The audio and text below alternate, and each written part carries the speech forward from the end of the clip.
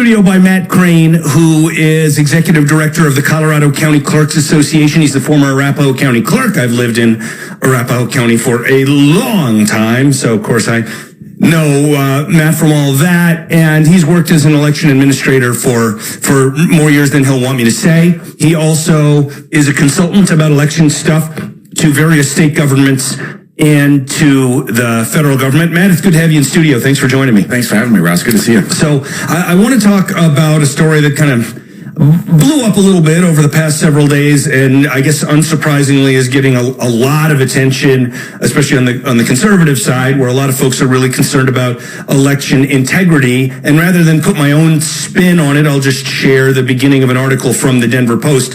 At least a dozen mail ballots, that's not like male versus female, at least a dozen mail ballots were stolen, fraudulently filled out, and submitted in Mesa County for the November 5th election. Authorities detected the scheme before most of the ballots were processed, but 3 were successfully cast.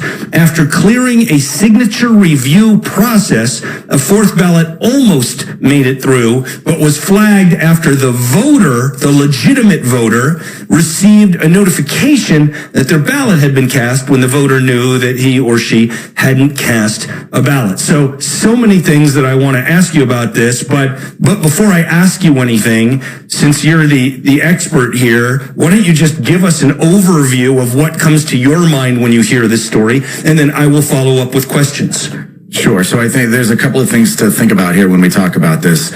Number one, the process of verifying signatures and the cure process, which, for those who don't know, if a signature is found to be discrepant or missing, counties will send that voter a cure letter, and they have until 8 days after the election to let us know that they voted it, or there's very clear language on that letter. If you did not vote it, let us know so that we can start an investigation, refer it to law enforcement.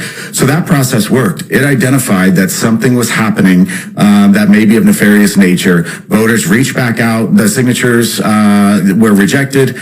Voters reached back out to the county to say, hey, we didn't submit our ballots yet, and then an investigation was launched.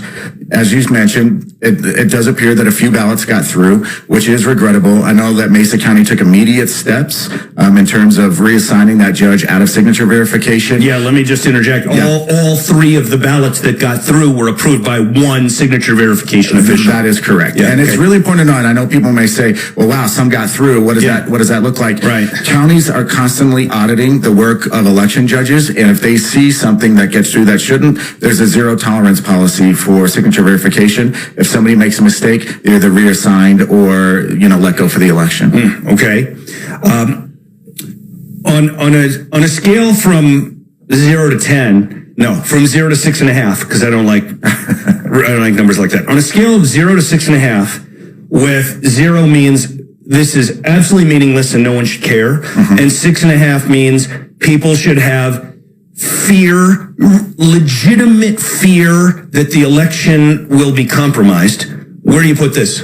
Closer to 0 than to 6. I mean, look, we have to take a look and see what's happened, but I think one of the things we have to do is be very patient and let this investigation play out so that it can reveal, what exactly happened. I think there was a bit of a rush to say, okay, to get some information out there, and I think the prudent thing to do is, we know that DA Rubenstein and the law enforcement up in Mesa County do a fantastic job. We know that from the Tina Peters trial, especially around election issues. So let's let that take place.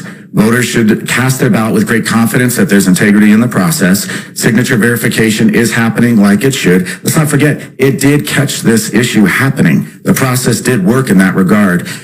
Also, these signature verification, all of these processes are observable, meaningful observation where parties can appoint watchers to watch and make sure it's happening. So have great confidence and let's see where the facts lead us. I'm not as positive about it as you are. I wouldn't put it high on that 0 to 6.5 scale either, but I also don't want to downplay it. I also just in response to your thing about it's an open investigation and it's kind of out there in the news now.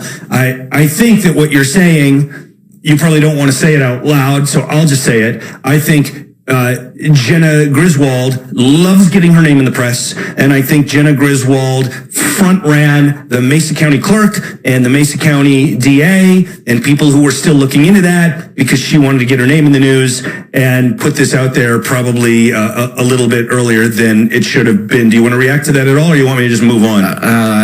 Let's just move on. Let's just move on.